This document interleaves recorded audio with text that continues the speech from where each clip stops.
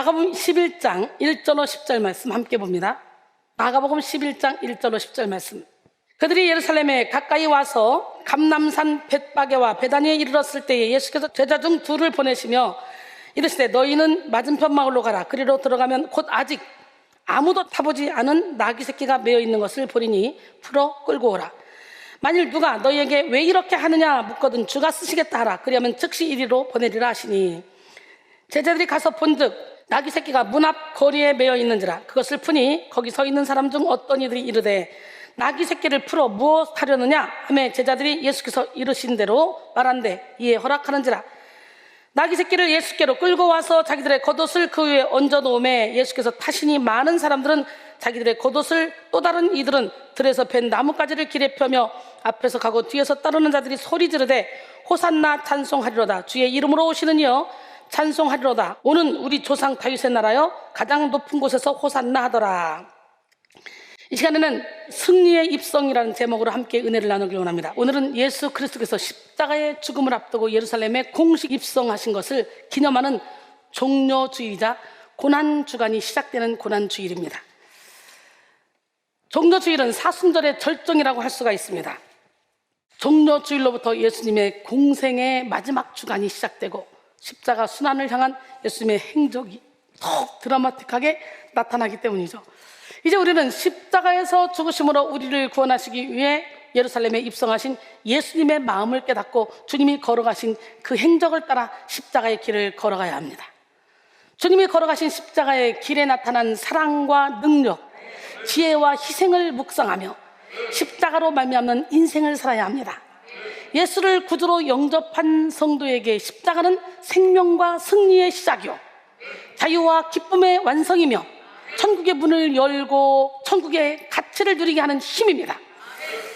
21세기 복음주의 최고 신학자로 알려진 알리스터 맥그레스는 십자가로 돌아가라 라는 책에서 기독교의 신앙은 그리스도의 십자가에 기초하며 그것에 의해서 판단된다. 십자가는 기독교 신앙의 기초요 기준이다 라고 말했습니다. 여러분, 우리 기독교에서 십자가와 십자가 신앙이 왜 이리 중요한지를 반드시 알아야 돼요. 이슬람교를 연구하다 보면 깜짝 놀랄 만한 부분이 나옵니다. 이슬람교 경전인 코란에 예수를 믿으라 라는 말이 나오기 때문이에요. 그리고 코란에서 참 많은 부분을 할애해서 예수에 관한 설명을 하기도 합니다. 코란에 나오는 예수에 관한 기록을 살펴보면 성경에 나오는 것과 상당수 비슷합니다. 예수님께서 동정녀 마리아의 몸에서 태어나신 것과 예수님께서 이 땅에 오셔서 복음을 전하셨다는 것과 그 복음을 믿어야 한다고 가르치기도 합니다. 그리고 죽은 자를 살리시고 병든 자를 고치시며 놀라운 기적을 베푸신 것도 사실로 기록하고 있습니다. 또한 예수님께서 승천하신 것과 다시 재림하실 것까지도 기록하고 있습니다. 이슬람교와 우리 기독교는 충분히 대화가 가능한 종교라고 생각할 수 있을 만큼 그렇게 예수님에 대해서 기록해놨어요. 그러나 결정적인 한 가지 차이가 있습니다. 바로 십자가입니다. 이슬람 교도들은 예수의 십자가를 생략하거나 무시하는 정도가 아니에요. 적극적으로 예수는 십자가에서 죽지 않았다라고 가르치고 있습니다. 예수님께서 십자가에서 벗어난 죽음을 모면한 후 샘이 흐르는 곳으로 갔다고 거짓으로 기록하고 있습니다. 그래서 이슬람교는 예수를 인류를 구원한 구세주가 아니라 그들의 신인 알라가 보낸 위대한 선지자 가운데 한 사람 정도로만 묘사하고 있는 거예요. 더 적극적으로는 알라가 보낸 선지자 중에 하나인 예수에 대해 또 십자가에 대해 기독교가 대단히 잘못 가르치고 있다고 적대시하고 공격하고 있는 것입니다. 성도의 영적 생활은 오직 십자가를 통해 시작되고 십자가로 진행되며 십자가로 완성되어야 합니다. 많은 부와 명예, 지식과 힘을 가지고 있어도 십자가에 무지한 사람은 영적 권능을 나타낼 수 없습니다. 영적 권세는 가난하고 애통한 심령으로 십자가를 붙들고 의에 줄이고 목마른 심정으로 십자가를 사랑하는 자에게 주어집니다. 할렐루야. 로셀 무어가 쓴 십자가를 통과한 용기라는 책을 보면 갈멜산에서 승리한 엘리야가 아니라 이세벨에 쫓기며 모든 열심히 사그라진 엘리야를 통해 우리는 십자가로 다시 일어서는 용기를 배울 수 있다. 즉 두려움에 빠져 광야로 도망치는 엘리야의 모습은 바로 오늘날 길을 잃은 우리들의 이야기다. 절망에서 일어설 수 있는 길은 다시 십자가 앞으로 향하는 것이다. 광야에서 하나님을 만나 일어설 용기를 얻으라. 진정한 용기를 얻는 길은 두려움이 없는 길이 아니라 두려움을 통과해 십자가에 승리하신 그리스도께로 가는 길이다 라고 말했어요. 그렇습니다. 우리는 십자가를 강하게 붙들수록 자유하고, 십자가를 분명하게 의지할수록 강해집니다. 십자가를 뜨겁게 사랑할수록 탁월해지고, 십자가를 확실하게 신뢰할수록 지혜로워집니다. 우리의 믿음의 용기를 송두리째 뒤흔드는 두려움, 수치심, 연약함, 깨어짐, 외로움, 불의, 실패는 십자가 앞에서만 해결이 될 수 있습니다.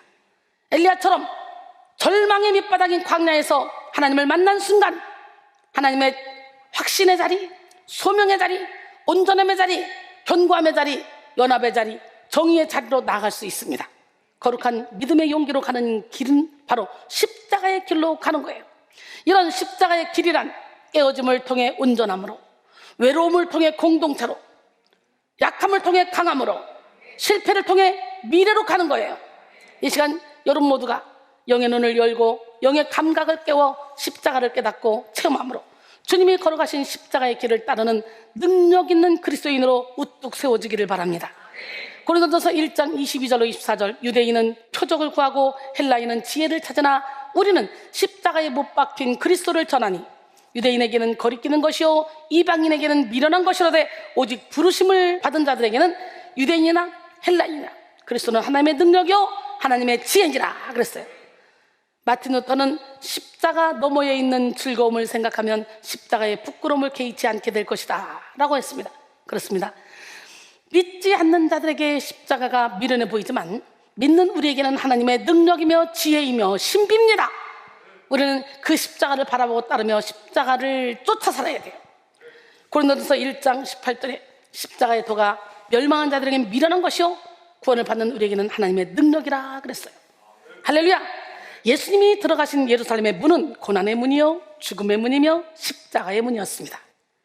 예루살렘에 입성하신 예수님은 일주일도 채 남지 않은 공생의 마지막 시간을 십자가의 정신, 십자가의 방법, 십자가의 능력으로 밀도 높게 채우시며 십자가를 향해 달려가셨습니다. 예수님은 예루살렘에 입성하신 후 월요일에는 곧바로 예루살렘 성전으로 가셔서 성전 안에 장사꾼들을 쫓아내시고 성전을 정화시키시며 만민이 기도하는 집이라는 성전의 본질을 선포하셨습니다. 화요일에는 종교 지도자들의 외식과 아집을 꾸짖고 예루살렘 멸망에 대해 경고하시며 예수 그리스도로 말미암는 진리의 권세를 드러내셨습니다. 가룟 유다는 바로 이날 예수님을 배신하여 은 30에 예수님을 팔기로 작정했어요. 수요일에는 본격적으로 예수님을 죽이기로 음모가 꾸며졌습니다. 목요일에는 예수님께서 제자들과 최후 식사를 하시면서 성만찬을 제정하셨고 고별 설교와 중보 기도를 하셨습니다. 뿐만 아니라 제자들의 발을 씻기시며 그들에게 겸손을 가르치시고 그들을 향한 무한한 사랑을 보여주셨습니다.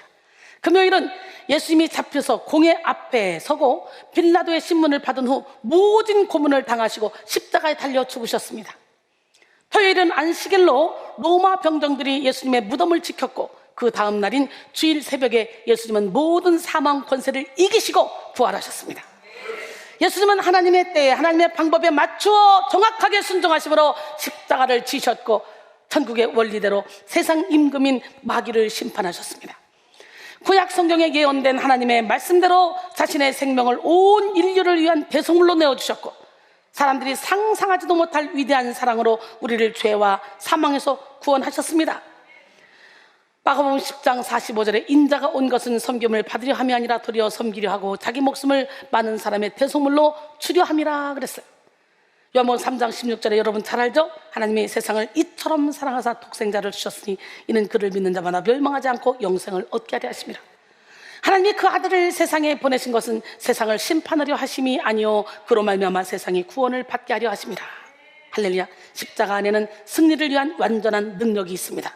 십자가에는 우리의 과거의 죄, 현재의 죄, 미래의 죄를 이길 수 있는 완전한 능력이 있습니다. 죄로 인해 병든 우리의 양심을 깨끗하게 해서 하나님을 섬기는 삶을 살게 하는 충분한 힘이 바로 십자가 안에 있습니다.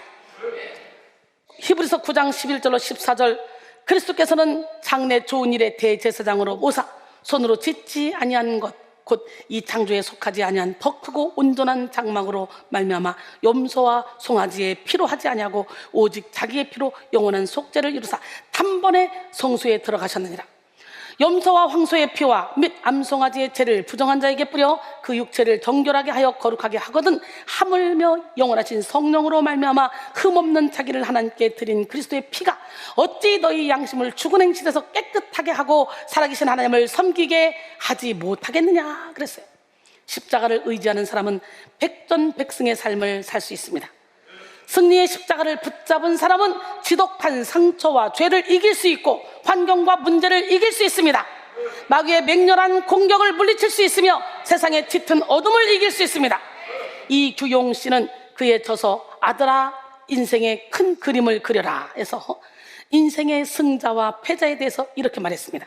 승자는 문제 속으로 뛰어들고 패자는 문제의 주변을 맴돈다. 승자는 눈 쌓인 벌판을 밟아 길을 만들고 패자는 쌓인 눈이 녹기만을 기다린다.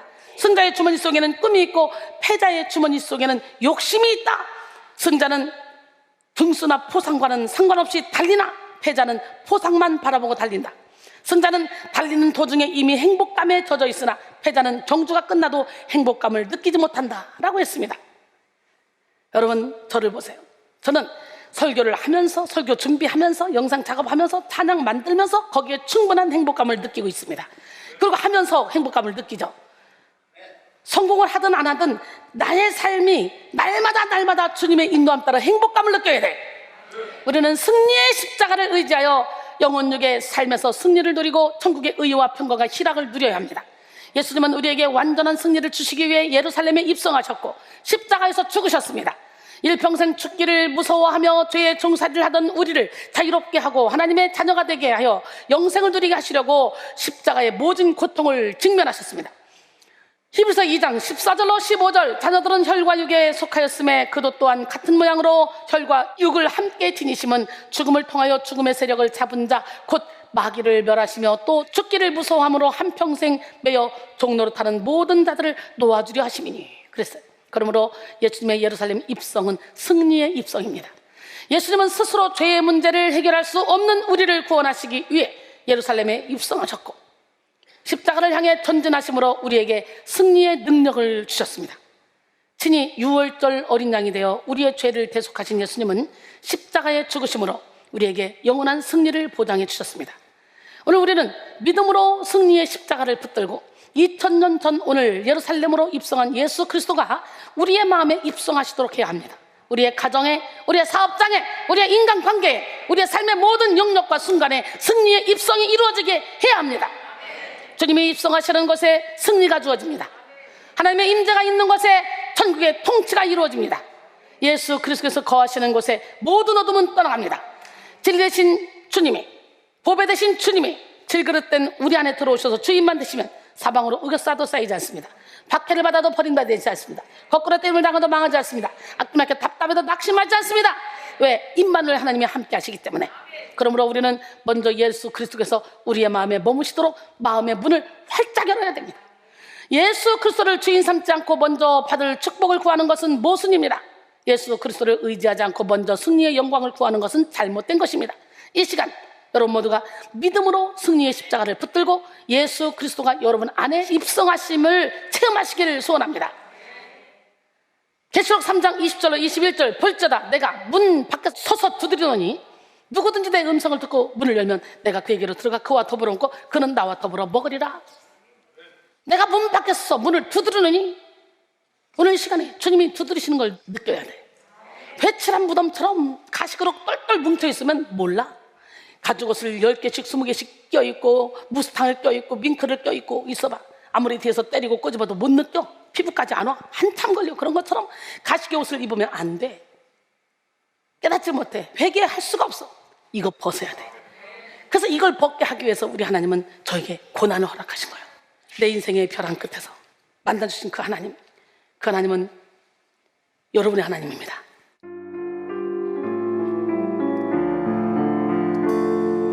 내 인생의 벼랑 끝에서 내 인생의 한계선에서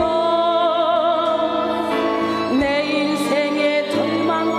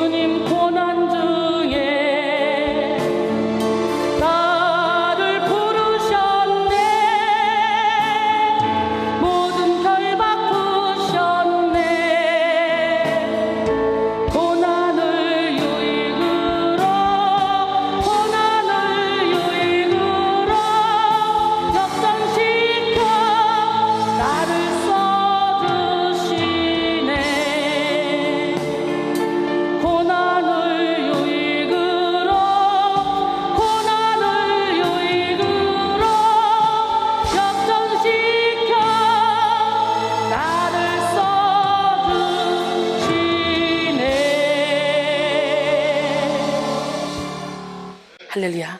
이 고백이 저의 고백이에요. 오늘 여러분들도 십자가로 승리하기를 원합니다. 이 승리는 죄에 대한 승리, 죽음에 대한 승리, 완전한 의의 승리입니다. 이 승리로 하나님은 영광 받으시고 사람들에게는 살 길이 열렸잖아요. 주님의 십자가의 그 승리로. 또한 이 승리를 믿고 취하는 자는 그 영광을 함께 누리는 축복을 받게 됩니다.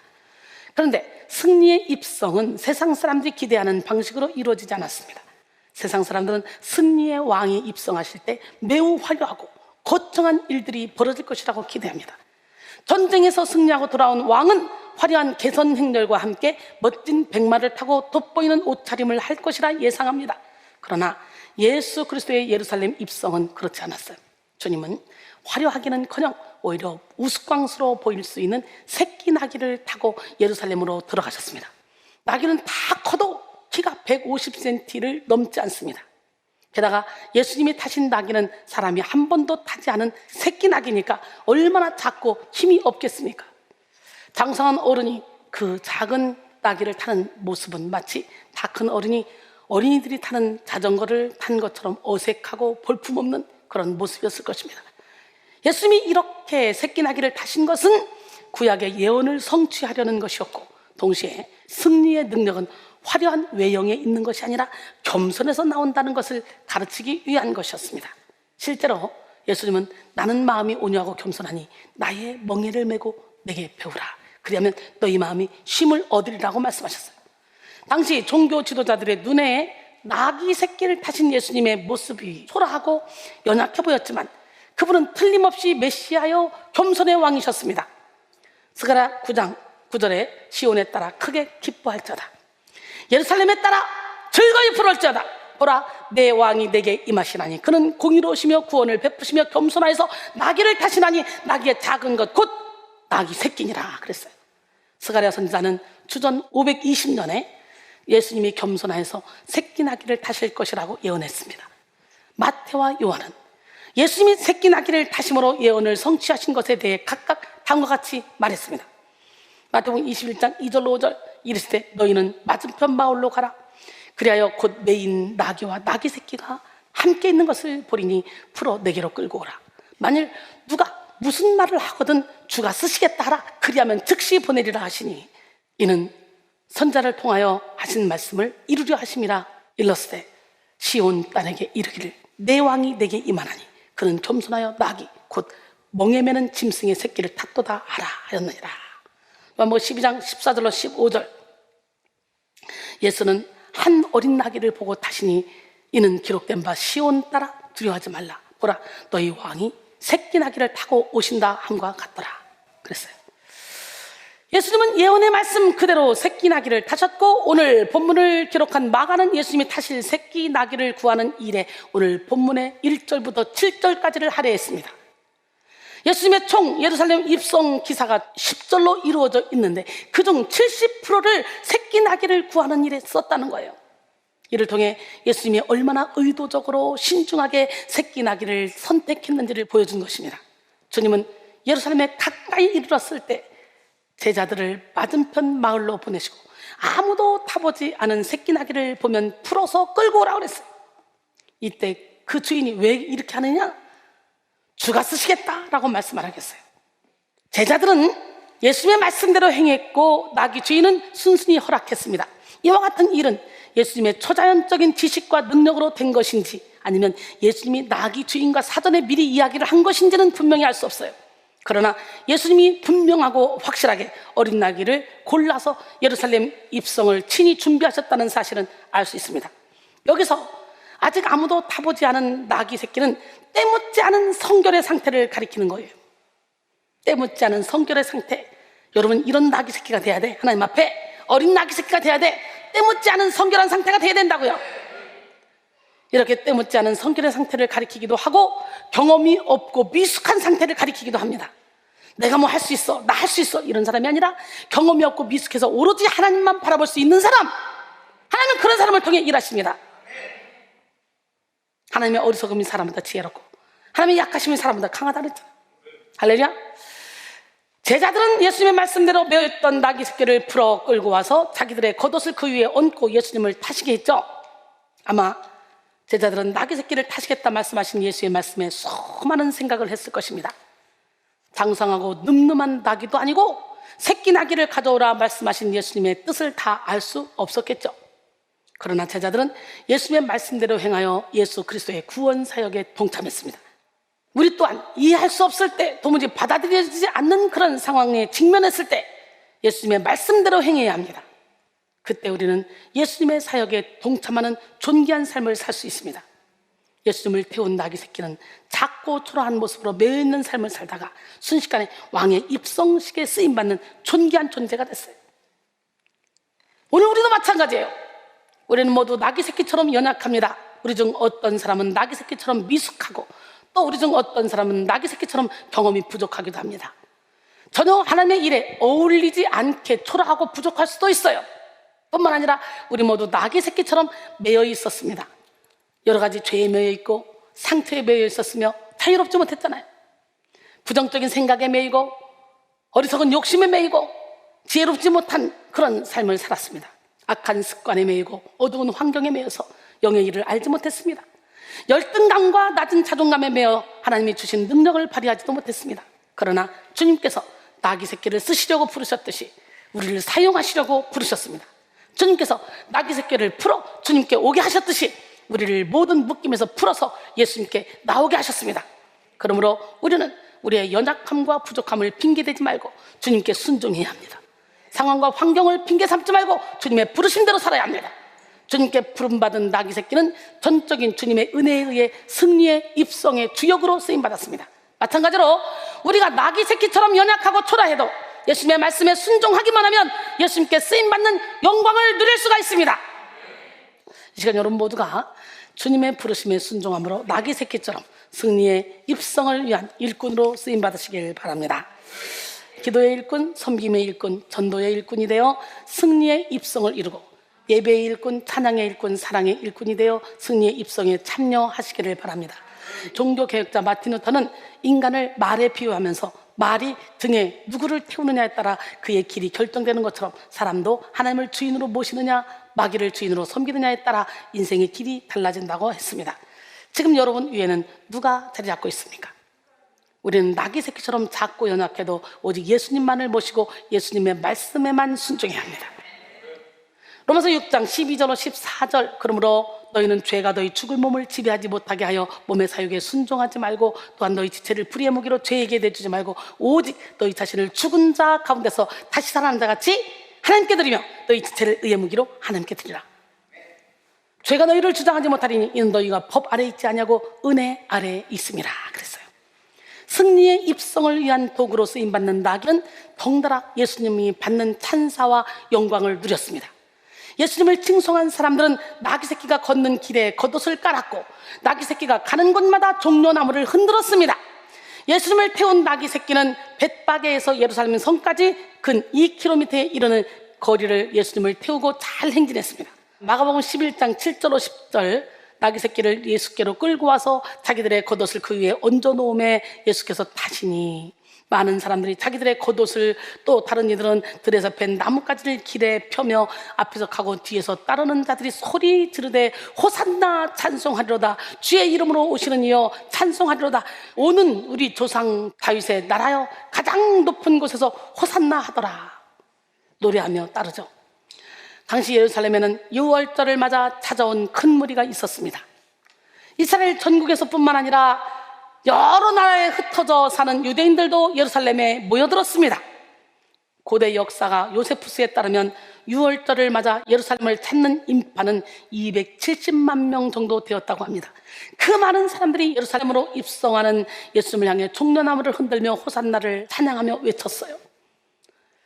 그들 중에는 이전에 예수님의 기적과 표적을 본 사람도 있을 것이고 예수님의 말씀을 들은 사람도 있을 것입니다. 혹은 예수님을 잘 모르면서도 군중심리에 의해서 따라 붙은 사람도 있을 거예요. 요한은 무리가 예수님이 죽은 나사로를 살린 표적을 들었다고 했습니다. 요모 12장 17절로 18절 나사로를 무덤에서 불러내어 죽은 자 가운데서 살리실 때에 함께 있던 무리가 증언한지라 이에 무리가 예수를 맞으면 이 표적 행하심을 들었음이로라.